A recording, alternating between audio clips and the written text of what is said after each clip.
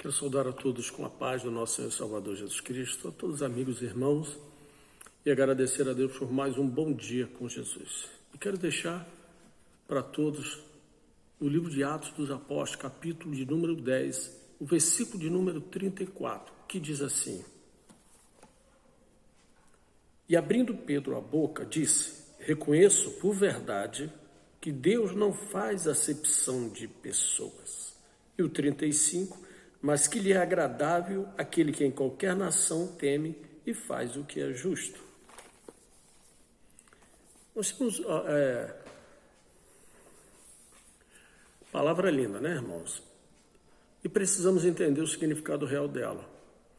Vocês devem ter ouvido alguém dizer que na igreja em que essa pessoa está, Deus não reconhece o seu ministério, porque o pastor impede, a igreja já tem as pessoas certas, o pastor escolhe, e que você nunca vai ter uma oportunidade porque, na realidade, você não faz parte daquele grupo de amizade material. Então existem isso, pessoas que se queixam, falam essas coisas. Com certeza você já deve ter ouvido alguém. Mas, em primeiro lugar, precisamos entender uma coisa, que o pastor está na direção da obra, mas pelo Espírito de Deus. E a Bíblia diz mais, que operando Deus não há quem possa impedir. Eu não conheço ninguém que Deus tenha tido uma obra em sua vida e não tenha realizado essa obra. Eu não conheço ninguém até hoje, nem o pastor, seja bispo, seja lá o que for, que possa ter impedido a obra de Deus na vida de alguém. Porque, na realidade, só quem impede isso, de Deus trabalhar, somos nós mesmos. Primeiro, quando achamos que nós é que temos que saber o que devemos ou não fazer. Isso não depende de mim e de você. O meu chamado e o seu chamado, geralmente, nunca é aquilo que nós queremos que seja. E amém por isso. Porque Deus sabe que se for o que a gente quer, não vai dar certo. Geralmente o nosso querer, ele tem um propósito diferente do de Deus. Nós queremos porque às vezes queremos chamar atenção, queremos porque queremos ser melhor que alguém, queremos para mostrar o que somos, e Deus não entra nessas questões aí. Quando é assim, Deus não está no negócio. Primeiro, que Deus não trabalha na soberba. A Bíblia diz que ele trabalha na humildade. Então é sempre quando eu não acredito que possa fazer, quando eu acho que eu não tenho condição. Observe que a maioria dos homens que Deus chamou disseram alguma coisa: Senhor, eu não tenho condição, Senhor, eu não posso, Senhor, eu sou um homem de lábios impuros, de impuros lábios, e daí por diante. Todos eles questionaram. Ninguém disse: não, eu vou sim porque eu sei que eu posso. Moisés questionou, e vários outros. Então hoje existe uma teoria de que Deus tem que me aproveitar naquilo que eu quero, naquilo que eu gosto. E não é assim que Deus faz. Deus vai trabalhar sempre na sua humildade. Durante muito tempo eu ouvi dizer que crente de banco é prego. Quem tem que ficar na igreja, no banco, é prego.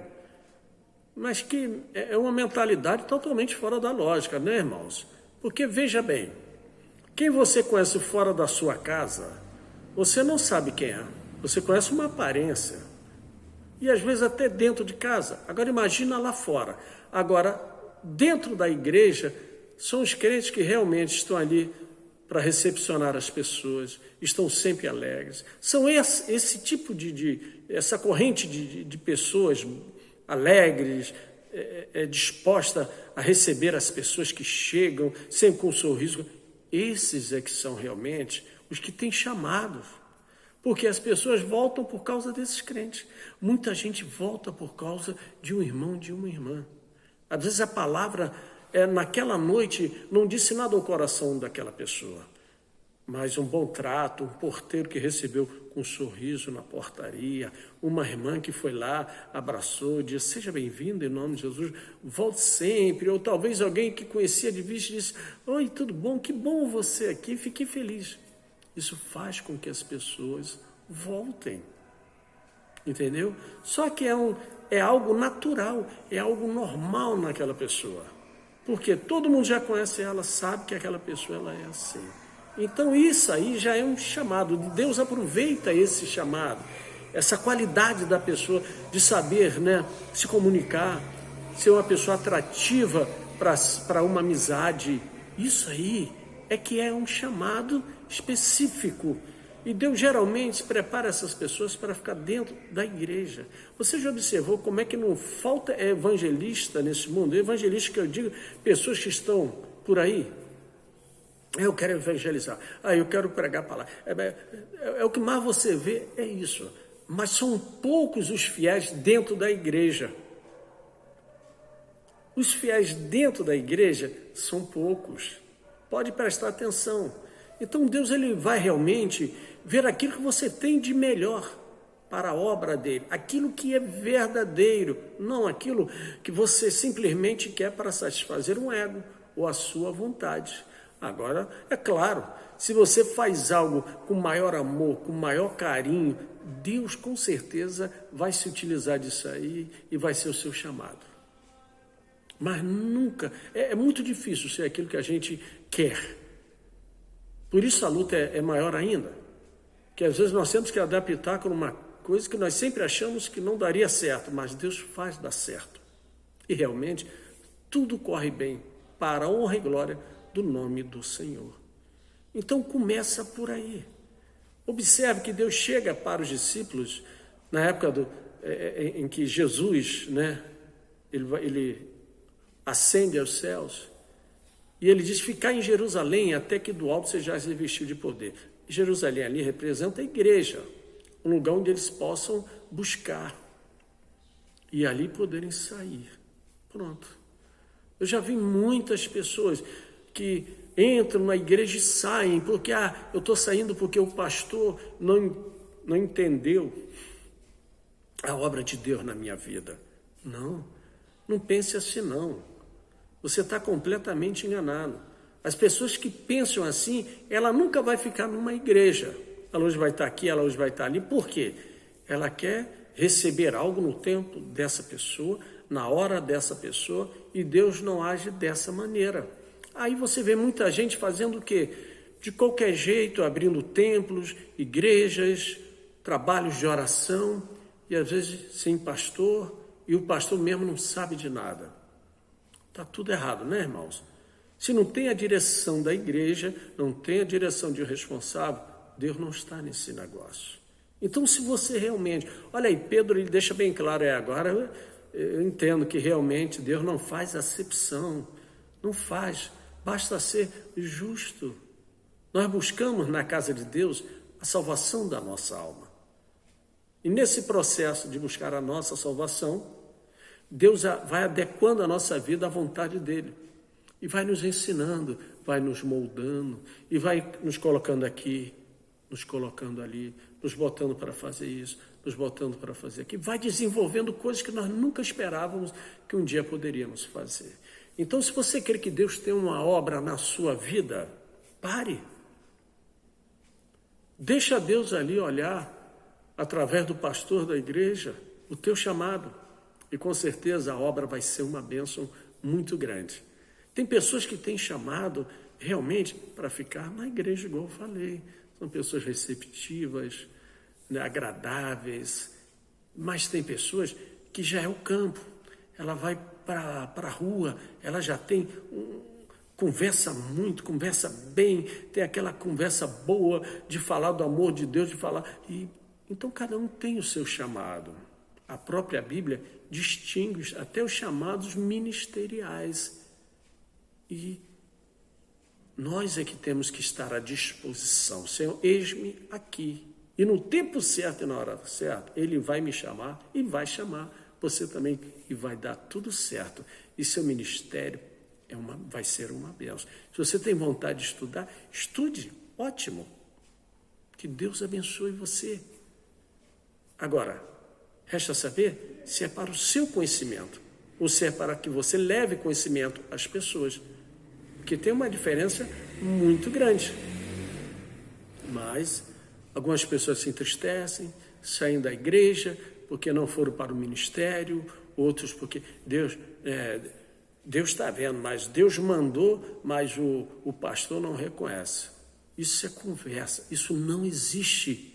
O dia em que um homem impedir a vontade de Deus, eu vou deixar então de crer que Deus é o Todo-Poderoso, porque vai ter um homem que tem mais poder do que ele. E então isso não existe, tá bom? Busca o Senhor. Ah, mas disseram, pastor, que eu tenho chamado para o ministério, disseram, pastor, que eu tenho chamado para oração. Quem disse para você? Quem disse para você? Quem observa as pessoas que têm os chamados, quando Deus ordena, é o pastor da igreja. Se a pessoa, ela é firme, se a pessoa não falta um culto, se a pessoa está ali em todas as orações, o pastor já começa a observar, Deus tem um chamado na vida dessa pessoa. E ele vai orar a Deus. E no momento certo, Deus vai colocar aquela pessoa no lugar certo que ele tem preparado para o chamado, justamente na sua obra.